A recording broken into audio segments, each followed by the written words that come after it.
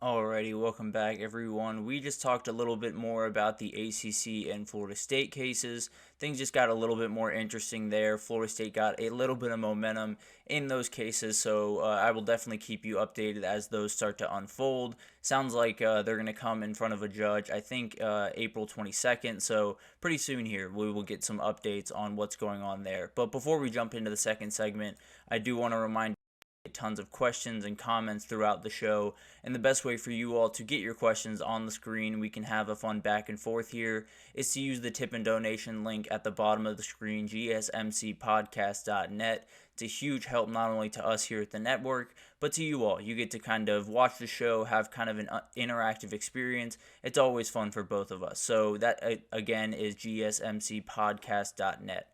But let's jump into the second segment here and let's talk about the NFL draft. We are 2 weeks out officially of the first round, and things are getting pretty interesting. Things are starting to kind of solidify up top, kind of solidify through the first round for the most part. Obviously, there's ers and ahs every mock draft that you see, but at the end of the day, it's starting to kind of fall into a pattern at the very least. So Caleb Williams, we talked about a little bit yesterday, talked about the criticisms that he's been facing. If you want to watch that segment, it is on the YouTube page. But it looks more and more confident that he is going to be the number one pick overall. He will be looking for a new house in Chicago sometime next week or in the next couple of weeks. And he's gone on a visit to Chicago. All of the mock drafts are pointing him there.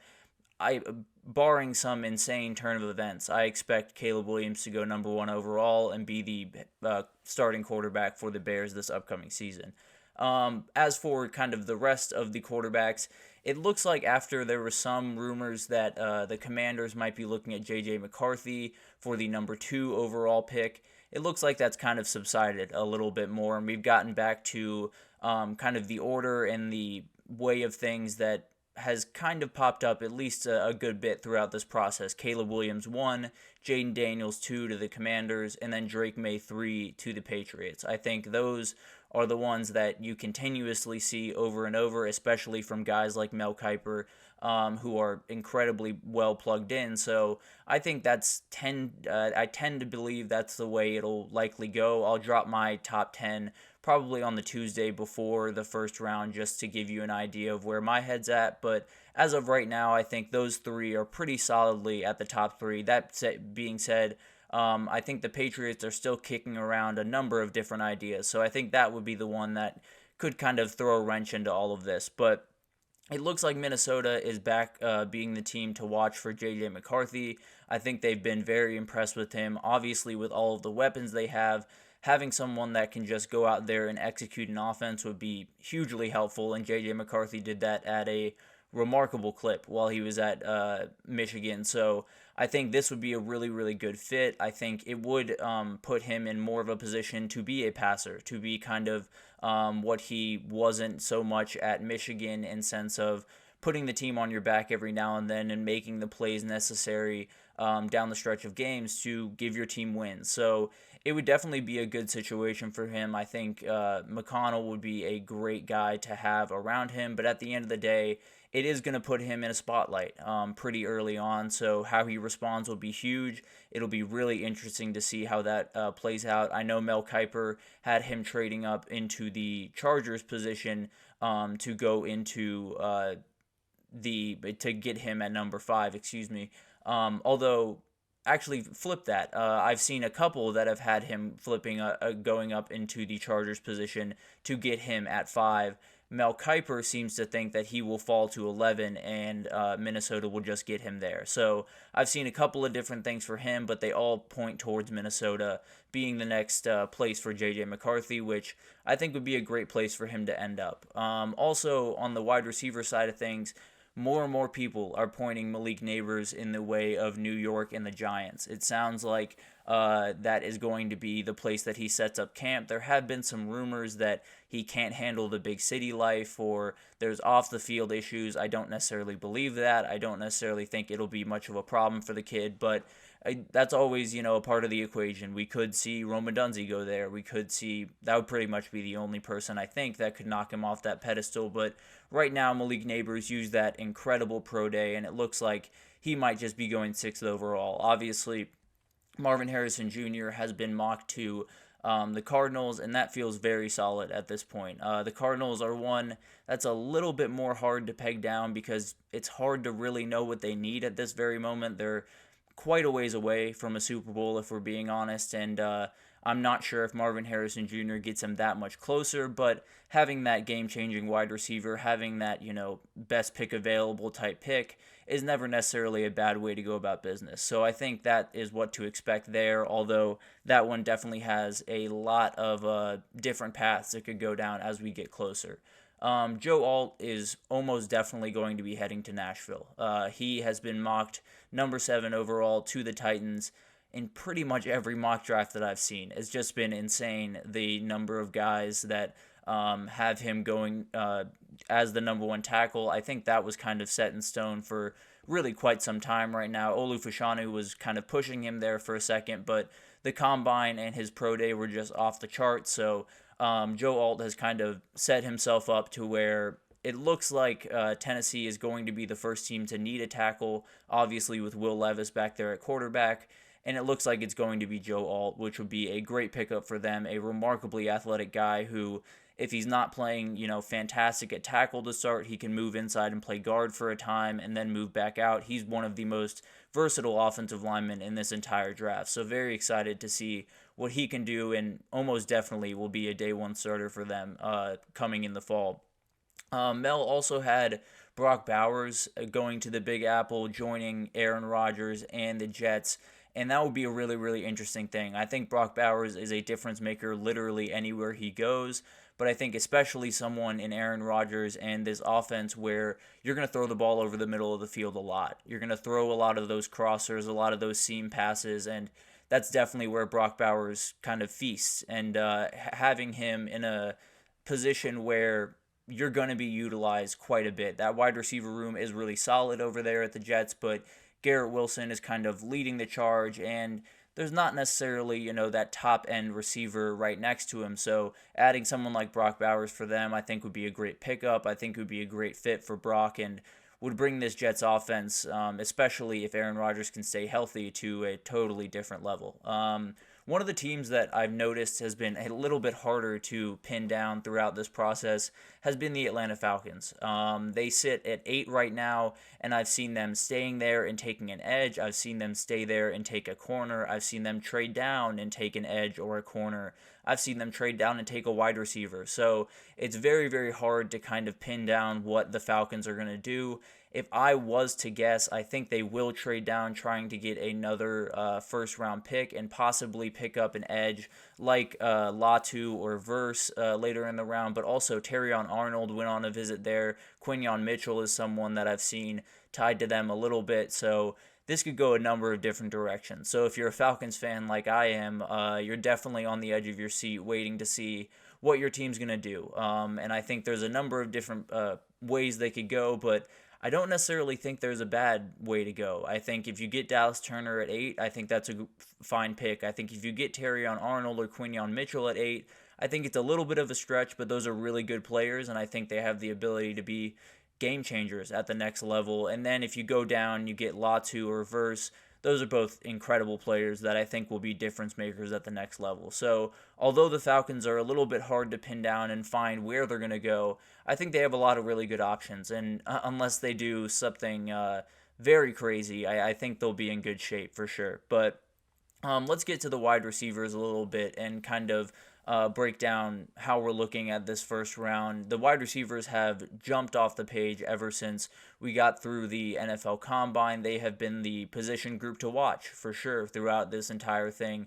Xavier Worthy has continued to jump up the boards ever since that remarkable run at the 40-yard dash. He is someone that I think will be taken towards kind of the back end of the first round, and that's kind of a trend you'll see as a Texas. If you're a Texas Longhorn fan, you will see a couple of your guys go into the back end of that first round. I think Byron Murphy could go, I think around 18 is where Mel Kiper had him. You had Worthy going to any of the number of teams towards the back end that need a receiver, and A.D. Mitchell the exact same. I think there is so many teams in the back end of that draft that are going to need wide receivers, and some guys that are going to be forced to pick the guy that they might have picked in the second round because of the absolute windfall of wide receivers that I think are going to come. One of the really surprising things in this was Roger Rosengarter, a guy from Washington last year at tackle. He was in the first round at the 31st pick to the 49ers. That is 8 offensive linemen in this first round, which is just remarkable. I talked about how incredible this tackle class is. You have Amarius Mims, you have Joe Alt, Olu Fashanu, you have J.C. Latham. There's just insane amounts of names all over the country that could be big-time players at the next level, and Roger Rosengarter is obviously making some waves among the NFL scout community. Another group we've talked about a lot, the wide receivers, there's 7 of them in Mel Kiper's mock draft in the first round. That is just an insane number. I believe Xavier Legette was the one that kind of snuck in. We have, the top 3 guys I think are known at this point. I think Brian Thomas, Adonai Mitchell, and Xavier Worthy make up the next kind of slew of guys. And then it gets a little bit more interesting. And I think Xavier Legette was the 32nd pick to the Chiefs. It looks like they're going to go wide receiver. So anytime, if it's 6 wide receivers by the 31st pick, it's likely going to be 7 at 32. But we'll find out all of that. I think there's a number of really good wide receivers in this draft, so I don't necessarily blame these teams for picking these guys this early if they were to do that. There were 4 quarterbacks taken in the first round of this mock draft, and it was the 4 that we talked about earlier, and they were all in the top 5 picks, or top 11 picks in this particular mock draft, but could be in the top 5 picks. But the other 2 did not have to wait very long. Bo Nix was the first pick of the second round to the Giants, which I think makes a lot of sense. It's someone to kind of give you a safety option behind Daniel Jones, is definitely a more accurate passer and more able passer than Daniel Jones, so I definitely like that pick for the Giants. And then Michael Penix shortly after to the Rams via trade in this mock draft, and I think that's a huge one. I think that would be a remarkably good fit, someone who wouldn't have to play for a couple of years as Matthew Stafford's career kind of winds down here, and then he would be able to just let it rip the second he gets on the field. And with Sean McVay next to him, it would be a pretty remarkable duo. I talked about how there were 7 wide receivers in the first round. There were 8 in the second round. You had guys like Keon Coleman, Ladd McConkey, and Malachi Corley going kind of in the early part of the second round, and then the 2 Washington guys, Jalen McMillan and Jalen Polk, going kind of later in the round. But tons of remarkably talented wide receivers in this group, and it's going to be hard to keep all these guys out of the first 2 rounds, because if you don't get them now, you might not be able to get them later, is basically the way that I'm picturing this on draft night. But one of the top running backs, or the top running back in Mel's draft at least, was Jonathan Brooks going to the Cowboys in the second round. Definitely a position of need for the Cowboys, but running back is a really hard position to pin down. It's one that I think you could put 5 different guys as your number 1 running back in this class, and I would totally understand where you're coming from. I tend to lean Jonathan Brooks. I think he's the most complete of the group, but at the end of the day, I think there's a ton of remarkable guys that can do a number of really, really good things. But let's talk about another Texas player who got himself into a little bit of trouble this past week. A new development around T'Vondre Sweat, the highly talented defensive lineman. He was arrested on a DWI in Austin this past week. That also led to another player on Texas being suspended from the team indefinitely, another player that was involved in the situation.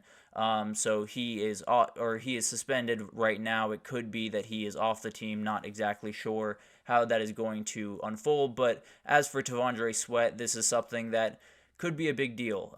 It's definitely something that he had to answer for in some of these meetings. He has been known to kind of be, the typical college kind of party guy, goes out sometimes on weekends and stuff, and it had been rumored that he assured teams that that was behind him. So this is something that definitely really hurts, definitely something that teams will have questions about. So this might hurt his draft stock a little bit. I tend to believe he still falls somewhere in day 2, but there's a pretty solid difference between the second round and the third round. So big time mistake by him. Hopefully he can learn from that and move forward and obviously, continue to live out his dream. But definitely something he will have to answer for over these next 2 weeks as we lead up to the draft and kind of figure out where his head's at. But moving on, I think overall, when I look at this draft and look at many, many mock drafts that I've been pouring through, I think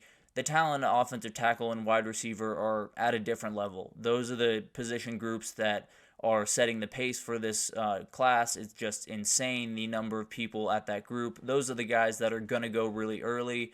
But I think that honestly opens the door for some really talented guys to start to fall a little bit further than they would have normally. I think linebackers, D linemen, and running backs are three positions where there's not necessarily, eye-popping talent. Obviously, defensive line, you have Byron Murphy, you have a couple of Jerzon Newton, you have a couple of different guys that are big-time players there, no doubt about it, but I think some of those players will start to fall a little bit as, you want to get that wide receiver that you had your eye on. You want to get that offensive lineman you had your eye on. So I think it'll be really interesting to see all of this unfold. I think there's a couple of linebackers you might be able to get in the fifth round that you could have easily gotten in the third round in a normal draft where there isn't this massive amalgamation of remarkable talent at those two positions, O-lineman and wide receiver, that are really important positions when it comes to draft time. So I think while, you're going to have to get your wide receivers and your offensive tackles early, I think you could get some of your big-time defensive pieces or a really, really good running back later, and those guys could be very, very exciting for you. Definitely could be kind of diamond in the rough type people for this for your draft. So it's definitely going to be a very exciting draft. I will likely drop my predictions sometime either next week. Maybe I'll do a full first round. Maybe I'll do just the top 10. Not exactly sure yet. But that's coming down the barrel at some point here. But we're going to take our second break here. And when we come back, we're going to talk about the team's biggest needs in the portal. We have a big-time portal cycle coming up. I've talked about it pretty much ad nauseum at this point. But we have another edition of this trying to figure out where teams need to fill from and how they can kind of do that and what it's going to look like. So we will be back right after this, and stick with us.